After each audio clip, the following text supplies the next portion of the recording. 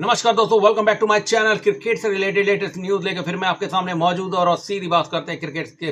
पहली न्यूज क्या है तो सचिन तेंदुलकर अपने पुराने जिगरी यार विनोद कांबली से मिले और एक इवेंट था उसमें ये दोनों मिले। पर एक बहुत दिल छू देने वाली बात हुई कि विनोद कांबली चाह कर भी खड़े होकर सचिन तेंदुलकर से गले नहीं मिल पाए। सचिन तेंदुलकर उनके पास आए और वो सहारा लेकर खड़ा होना भी चाहते थे पर नहीं हो पाए। तो कहीं न कहीं क्योंकि उन्होंने ज़बरदस्त, जब बिल्कुल यंग वन से तो दोनों का टैलेंट का कंपैरिज़न किया जाता था तो कांबले को ज़्यादा तवज्जो दी जाती थी कि भैया इसके अंदर प्रतिभा ज़्यादा है। पर किस्मत भी कोई चीज़ होती है, सचिन तेंदुलकर उनसे काफ़ी आगे निकल गए। और विनोद कांबले का जो पहले भी एक मैंने अपडेट डाला था कि वो इतने ज़्यादा असहाय हो गए थे कि वो खड़े होकर रोड पे नहीं चल पा रहे थे। बाइक का सहारा लिया था खड़े होने के लिए और उसके बाद कुछ लोगों ने उन्हें उठाकर उनके मुकाम तक पहुँचाया था। तो अब जब मिले अपने जिगरी यार से तो फिर भी गले नहीं मिल पाए।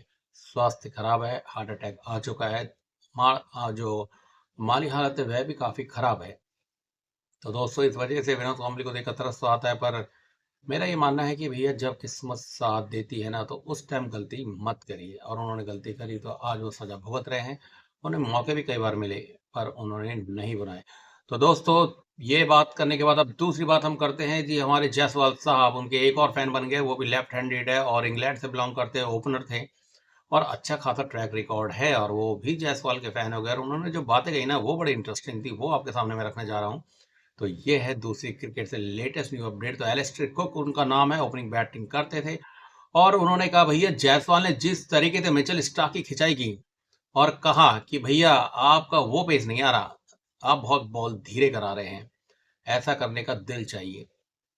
और ये बात कुक ने क्यों कही? कुक ने कहा जब उन्होंने यह बात बोली तब उन्होंने 100 भी नहीं मारे थे। ये बहुत बड़ी बात होती है। मिचेल स्टार्क एक आसान बॉलर बिल्कुल भी नहीं है। मैंने उसे फेस किया हुआ है। वो बहुत तेज गति से बॉलिंग कराते हैं और भैया मैं होता ना तो मैं उसके सामने एक शब्द भी नहीं बोलता, चुपचाप अपने खेल पे फोकस करता और 100 रन बनाता। पर जायसवाल ने उसको कमेंट मारा और कमेंट मारने का मतलब आप समझते हैं कि कितना आत्मविश्वास है इस लड़के पर। ये बयान मैं नहीं, ये कुक दे रहे हैं साहब। और एलिस्टर कुक ने कहा कि भैया 100 रन पूरे ना होने के से पहले ऐसा बयान, वो भी एक फास्टेस्ट बॉलर को, बड़ी बात है। और उन्होंने यह भी कहा कि अगर पिछले 15 टेस्ट मैच देखे जाएं तो भारतीय प्लेयर में से सबसे ज्यादा रन जो ठोकने वाले हैं वो यशस्वी जायसवाल है। नो डाउट इनके अंदर टैलेंट कूट कूट कर भरा है। तो यह बयान दिया था एलिस्टर कुक ने। दोस्तों अब बात करते हैं एडम जंपा के बारे में। एडम जंपा साहब ने एक ऐसा कारनामा किया कि जिस टीम की तरफ से उनके जो खेल रहे थे उन्होंने उनसे माफी मांगी और एक्सपर्ट ने जो है उनकी कड़ी आलोचना करी। किसकी? एडम जंपा की।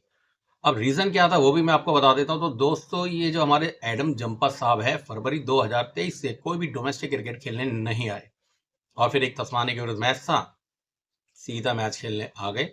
और किसकी तरफ से? न्यू साउथ वेल्स की तरफ से। और जैसे ही उनका स्क्वाड में नाम दिया गया तो भैया जो धुरंधर है ऑस्ट्रेलिया के, उन्होंने कड़ी आलोचना शुरू कर दी। और कड़ी आलोचना शुरू करने में सबसे पहले एक ब्रैड हेडिन, आपको अगर नहीं पता तो ब्रैड हेडिन कप्तान भी रहे थे ऑस्ट्रेलिया को समय तक, विकेट कीपर, अच्छे बैट्समैन थे।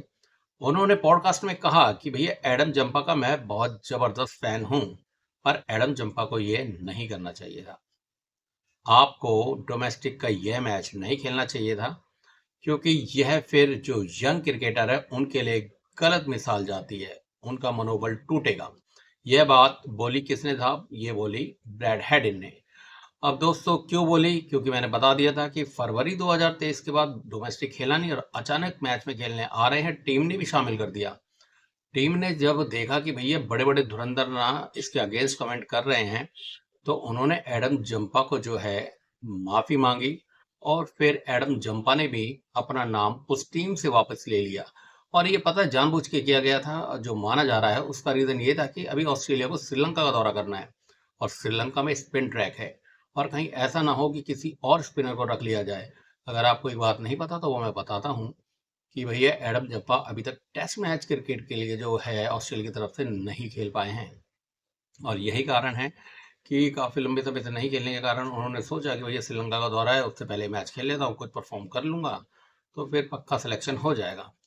तो यही कारण है। और जैसे इन्होंने ये किया था तो मैंने आपको बताया था कि ब्रैड हेडी ने क्या क्या बातें बोली थी। इसके अलावा जो और सीनियर प्लेयर हैं उनके बारे में मैं बता देता हूँ, तो उनके नाम है स्टुअर्ट क्लार्क और एड कोवान। ये दो जो हैं ये हैं एनएसडब्ल्यू का हिस्सा। और एनएसडब्ल्यू जो है डोमेस्टिक में किसी भी प्लेयर को ट्रेनिंग करनी हो, मैचेस खेलने हो, तो इसका हिस्सा भी बनना होना चाहिए। तो ये उसके सिलेक्टर्स आप लगा लीजिए, मेंबर्स हैं। और उन्होंने भी कड़ी नाराजगी और कड़ा बयान दिया कि एडम जंपा को ये शोभा नहीं देता कि वो शील्ड ट्रॉफी खेले। जब उन्होंने इतने लंबे समय से नहीं खेला तो अब अचानक क्यों खेलने आ रहे हैं।